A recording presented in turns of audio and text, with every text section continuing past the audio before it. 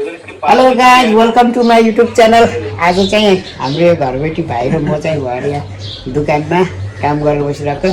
यता सौरभ जोशीको भिडियो हेर्दैछौँ, यता चाहिँ आनन्द गफ लाउँदै बस्दै गर्छौँ। कस्तो छ सौरभ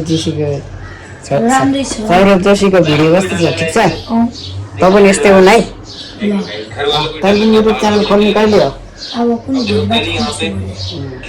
यता सबै लथालिङ्ग छ। अहिले मिलाउने हो भन्छ होइन।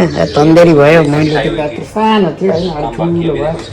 अब 1-2 वर्षपछि बिहा गर्ने होला, छोराछोरी पाउने होला। यसको गाडी अब पसल एकजना बाजे आउनु भएको छ, बस्नु लगाउनु भएको छ मेरो पसलमा।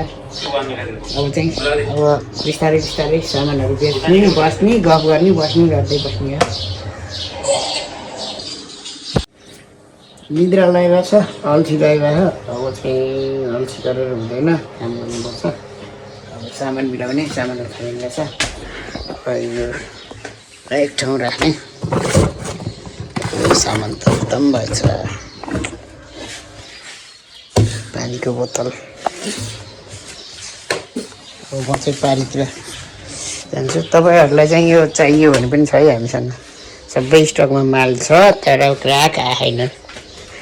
म चाहिँ यता जाँदैछु।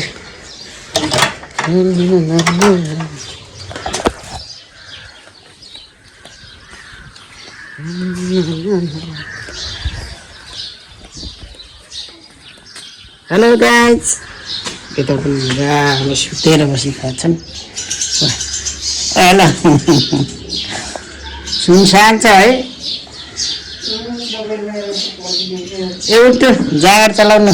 पनि उठेको हाम्रो यहाँ हाम्रो माइला दमाई भ्लगलाई पनि सबैले सब्सक्राइब गरिदिनु। हाम्रो दाइ चाहिँ मस्त निदाउनु भएको छ।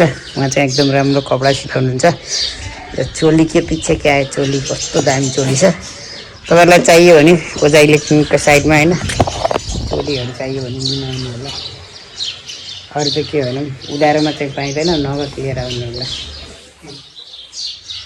ल गएँ म त, सुत्नु मजा आएर सुत्नु डिस्टर्ब गऱ्यो होला।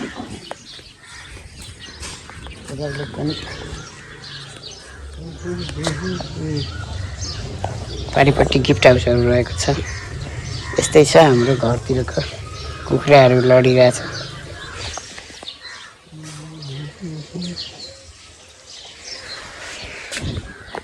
मेरो पसलको हालत यस्तै छ। सामानहरू राख्न सके छैन, डेकोरेसन मिलाउनु भ्याइएको छैन। आँखा पनि ताग्ला छन् गाजहरू। फाइनल्ली गाइज म घर आइसकेको छु। घर आएर पनि ल्यापटपहरू यो डेस्कटप चाहिँ अन गरिसकेको छु। अब चाहिँ यसमा काम गर्न गइरहेको छु।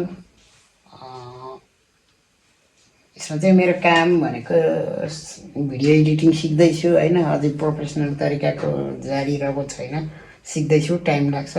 अनि बिस्तारै बिस्तारै भिडियोमा पनि अपडेट गर्दै जानेछु। तपाईँहरू चाहिँ हेरेर साथ दिनु होला र मलाई चाहिँ मेरो भिडियोमा चाहिँ के कस्तो गर्नुपर्छ भनेर राम्रोसँग सजेसन दिनु होला। तपाईँको गाली पनि स्वीकार्य छ, ताली पनि स्वीकार्य छ होइन। माया गरिदिनु होला ताकि मलाई अर्को भिडियो अझै भिडियो बनाउन एकदम मोटिभेसन हुनेछ। धेरै भएको थियो भिडियो नबनाएको, बिकज मेरो खुट्टा चाहिँ स्क्र्याच भएको थियो है, हड्डी भाँच्चियो, चर्किएको थियो। अनि जसले गर्दाखेरि म हस्पिटलबाट 2 महिना चाहिँ डक्टरले बेड रेस्ट भन्यो। त्यसपछि पनि बिस्तारै बिस्तारै हिँडेँ। अनि त्यसपछि अलिक गाह्रो भएको थियो कि मलाई भ्लग बनाएर हिँड्न गाह्रो भइरहेको थियो। त्यसैले मैले बिचमा चाहिँ छोडेँ। अनि अब अहिले फेरि स्टार्ट गरेको छु। हेरेर सेयर गरेर एकदम माया गरिदिनु होला। मलाई पनि अगाडि बढ्ने मौका दिनु होला। तपाईँहरूको साथ बिना अधुरो छ। र आजको भिडियो कस्तो लाग्छ त्यस्तै प्रतिक्रिया जनाइदिनु होला। र आगामी भिडियो अझै राम्रो ल्याउने कोसिस गर्दै यो भिडियोबाट म बिदा भन्न चाहन्छु। भोलिको नयाँ भिडियोमा भेटौँला। हस्त, जय नेपाल।